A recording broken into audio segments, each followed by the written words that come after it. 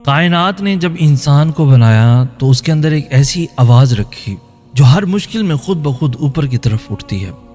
وہ آواز جو سینے کی گہرائی سے نکلتی ہے، جو الفاظ کی محتاج نہیں ہوتی، جو زبان سے نہیں دل سے بولی جاتی ہے، اور وہ آواز صرف ایک ذات کو پکارتی ہے۔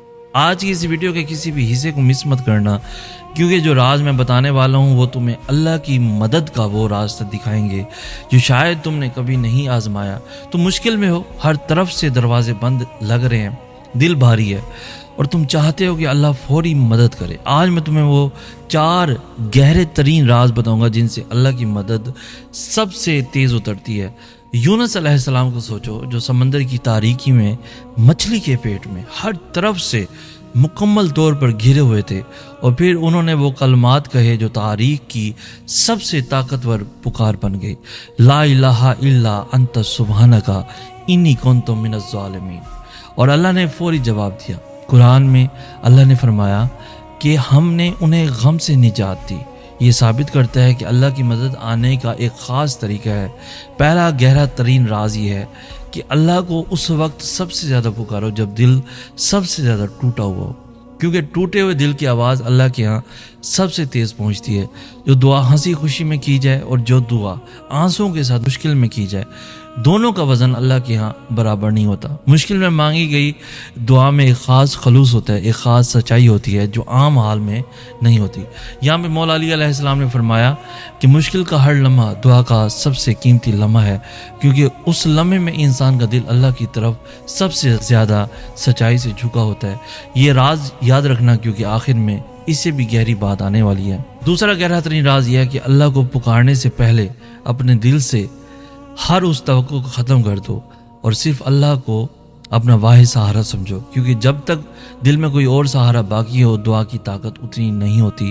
اللہ اس دعا کو سب سے زیادہ قبول کرتا ہے جس میں بندہ یہ کہہ رہا ہو کہ یا اللہ تیرے سوا کوئی نہیں، نہ کوئی دوست، نہ کوئی رشتہ دار، نہ کوئی طاقت، صرف تو ہے۔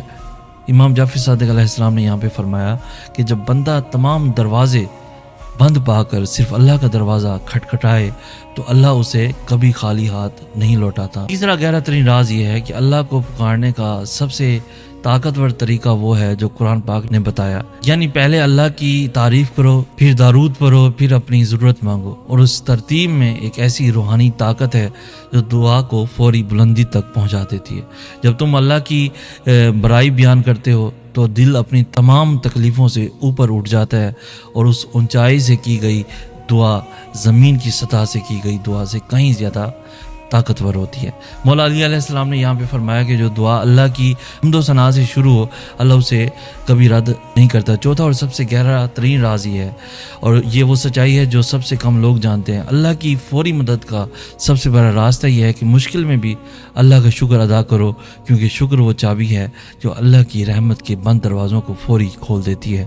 جو شخص مشکل میں بھی کہے یا اللہ تیرا شکر ہے، اللہ اس کے لیے فوری راستہ نکالتا ہے۔ یہ اس لیے نہیں کہ اللہ کو سننا پسند ہے، اس لیے کیونکہ جو مشکل میں بھی شکر کر سکتا ہے اس کا دل اللہ پر یقین میں سب سے زیادہ مضبوط ہوتا ہے۔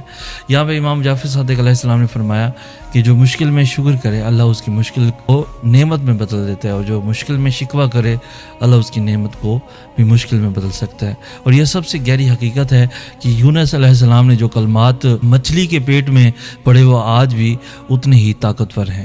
لا الہ الا انت سبحانک انی کنت من الظالمین۔